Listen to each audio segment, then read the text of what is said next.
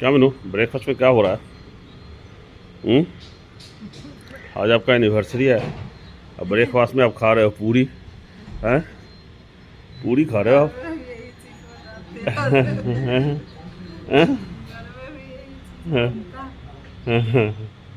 Good good. घर में भी पूरी सब्जी ही बनता है आज, क्योंकि आज हमारा दोनों का एनिवर्सरी है। जब आप वीडियो देख रहे होंगे तो 10-15 दिन निकल जाएगा।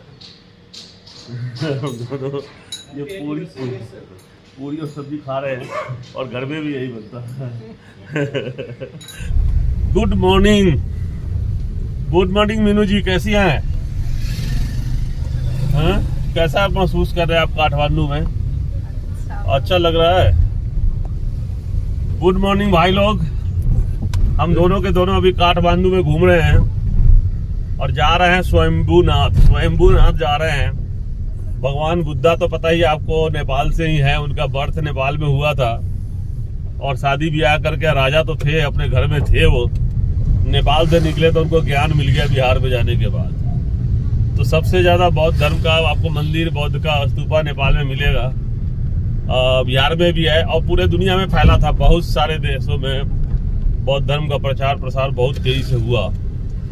धीरे धीरे लोग बौद्ध धर्म को भुलाते जा रहे हैं, धीरे धीरे लोग भूलते जा रहे हैं। तो आप चलिए, आपको दिखाते हैं। अभी काठमांडू की सुबह बहुत चहल पहल है, लोग चल रहे हैं, आप देखिए। बुद्धा से मिलाते हैं आपको।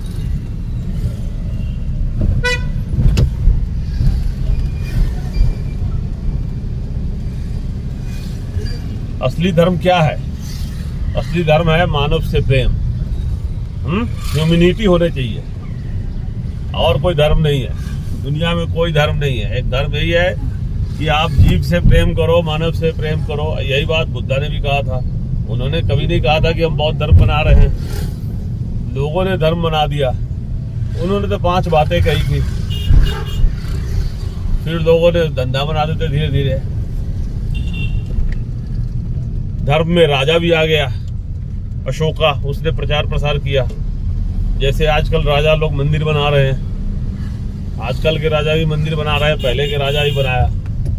मंदिर बना के लोगों के, जनता को बेवकूफ बनाते हैं, फिर वोट मांगते हैं मंदिर के नाम पर।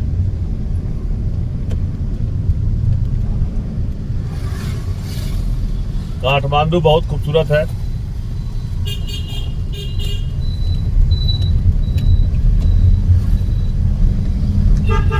ये नेपाल में हॉर्न बजाना मना है, फिर भी लोग हॉर्न बजा रहे हैं। कई बार देख रहा हूँ, सुनाई भी दे रहा होगा आपको। तो पता नहीं क्यों हॉर्न बजा के कहाँ भागना चाह रहे हैं। तो भाई आराम से चलो, क्या जल्दी है।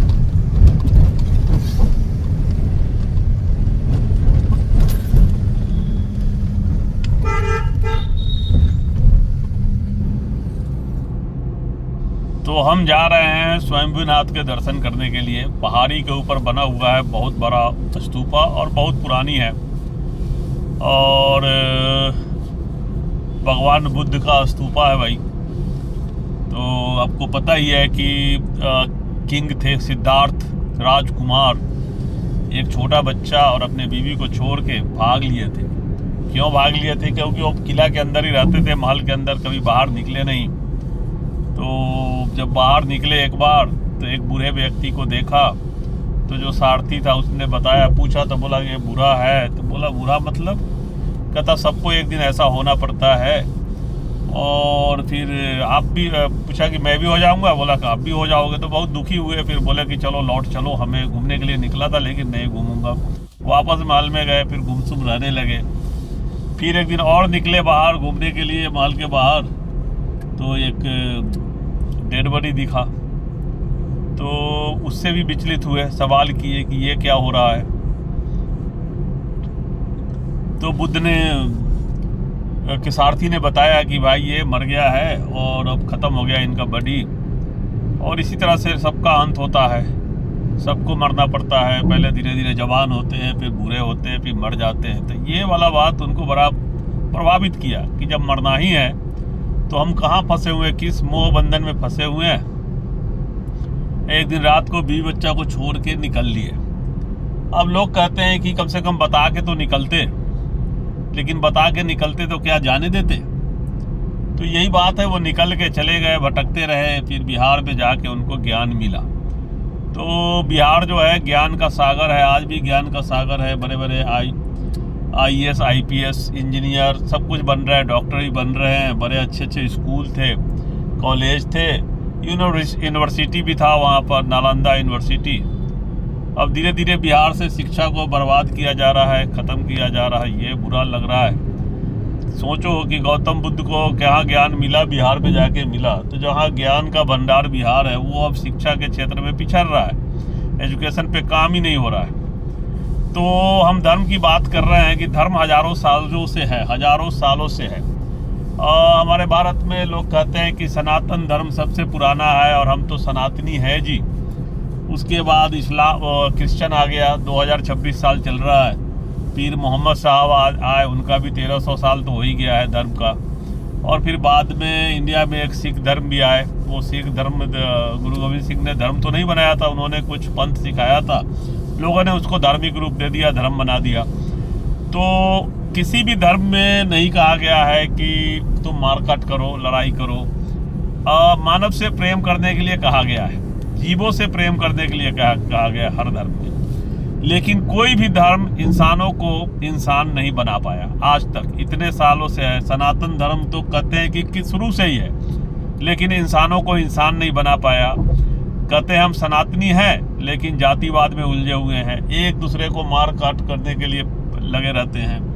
अपने से छोटे जाति को तो देखना ही नहीं चाहते हैं। कहते हैं कि मैं उच्च जाति से हूँ, मैं सवर्ण हूँ, मैं ब्राह्मण हूँ, मैं भूमिहार हूँ, मैं बनिया हूँ, मैं क्षत्रिय हूँ।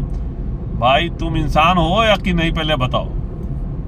इंसान पहले या ब्राह्मण, बनिया, भूमिहार, राजपूत पहले? मुझे यह समझ में नहीं आया।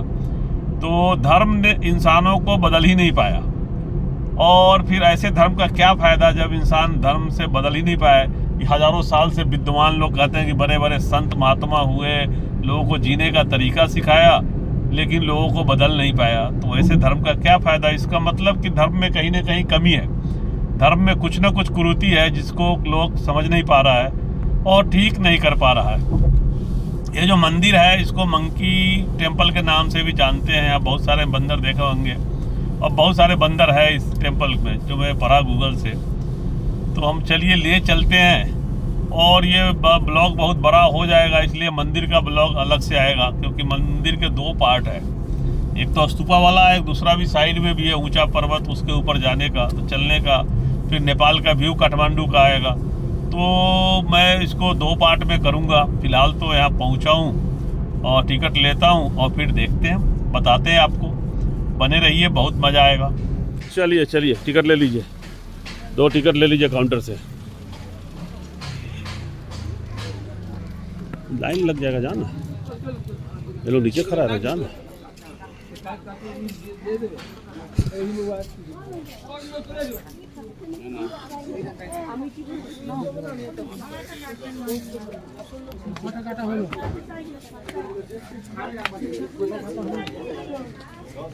₹50 का टिकट है भाई, 50 पर पर्सन।